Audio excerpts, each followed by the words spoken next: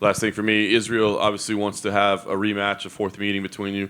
Dana said he thinks that makes sense as well. Do you believe that a rematch is warranted and should be next? Well, it doesn't matter to me. You know what I mean? I want to fight whoever. They choose whoever I want to fight, and if that's the fight they're going to do, I'm going to be ready. Given all that, do you believe, a rematch, is that what you're going to hunt? Of course. Come on, man.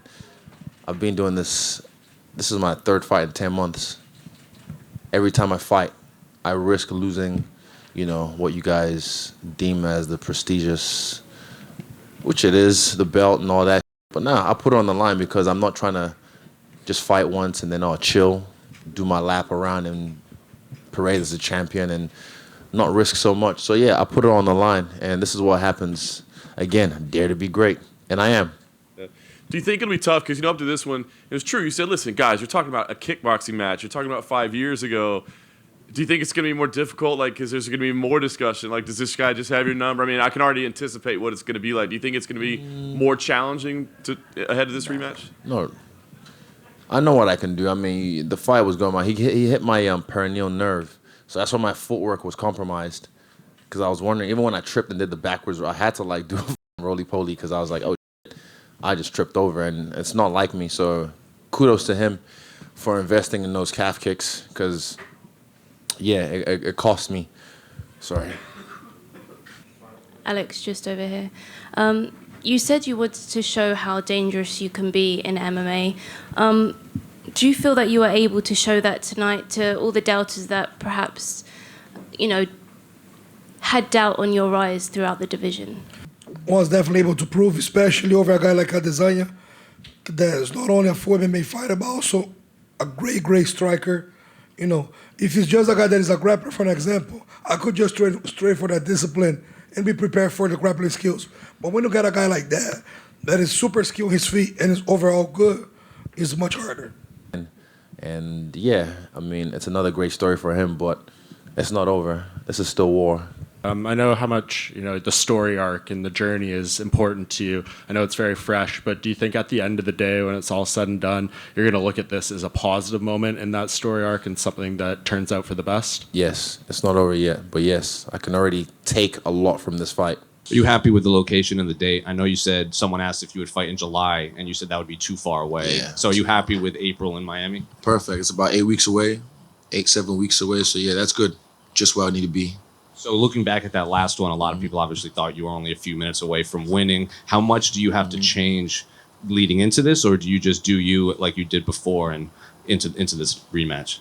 Just keep the same energy. Yeah, because I'm always beating him until I'm not. So I'm just gonna make sure I keep beating him the whole way through. Is he for this fight with Alex? What's the motivation behind it? Is it going to be I just want to get my title back? Is it I want to prove I can beat this guy to the people who say I can't? What's your individual motivation for this fight? It's a good question. What's my motivation? I've never not been motivated to fight this guy, but for this one, I've put the pressure on myself. The belt, everything else. I have to beat this guy. So yeah, that's I guess my motivation is just beating him. And like I said, they can say whatever they want. It's 1-0 or 3-0. I don't keep score. I settle them, and I just need one. And I'm gonna get it done. Israel, you mentioned you just need to fight your fight, and you feel you'll be able to win. But Alex has obviously proven that he can capitalize on the smallest of mistakes or openings. So when you go in there and you're mentally in there, how do you strike the balance of not overthinking, I can't make an error, and then fighting your fight? No, I always do. I go in there and I don't overthink. I'm not gun shy, I go in there and trade with people, especially with him as well. So yeah, just expect me to do what I do. And like I said, I have to talk because you guys want me to talk, but say less and I'll do more. I promise you I'll do more in this fight. And you mentioned you only need one, but if you do win, it sets up this great story of a trilogy, some of the greatest things. I mean, if he wants to stick around, we can do it. But yeah, I have a hunch he's gonna move up. Izzy, it's first time not being the champ in 3 years. Is it bizarre walking around not being able to carry the belt, anything like that? Whenever you ever see me walking around carrying the belt. It's a fair point. But yeah. Has anyone, you get people obviously instead of asking you the questions of when are you going to move up to light heavyweight, when are you going to take on this guy, it's all about when are you going to get your belt back. They still call me champ. So yeah, nothing's changed. I'm still me. When people see me, they show me love, they show me respect, and yeah, nothing's really changed. I'm still the same. I'm still Israel Adesanya. And does the Twitter noise affect you, like honestly, or is it really just you just see it Oh all? no, As like, I don't, like I said, over the holidays I muted all of you. I don't want to be seeing all this shit on my feed, so I'm just following memes and things. But yeah, I hear things because people tell me, but it doesn't affect me. I'm just like, apparently he tweet, oh, sign the contract or whatever. I bet you it wasn't him. Probably his manager told him to tweet that. But I'm like, there was not even once when I wasn't going to sign the contract. So what was the point of him tweeting that? And then all of you grab it and, oh my God, is the fight going to happen? Is it in jeopardy? But nah, yeah, don't believe the hype on Twitter. Hear it from the horse's mouth. that's exactly what we were going to do.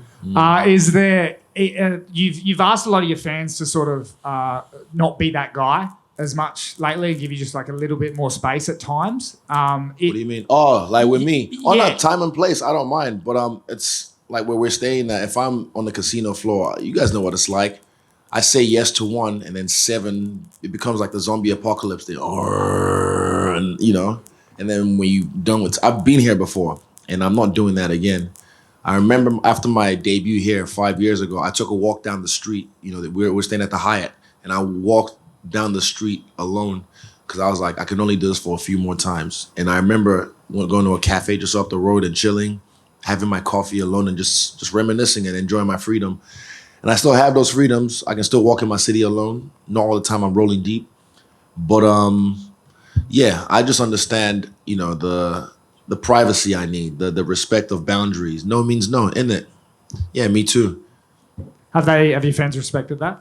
Yeah, a lot of people respect if I say no because, I'm in the lobby of somewhere and there's fucking hundreds of people. Because people will see you taking a photo and then they see, oh, they're mobbing him. They don't even know the UFC or know who you are, but they'll just start wanting to take photos. And I'm not with that. I want to go have lunch or do whatever. I'm still a human being. I expect it to be treated as such.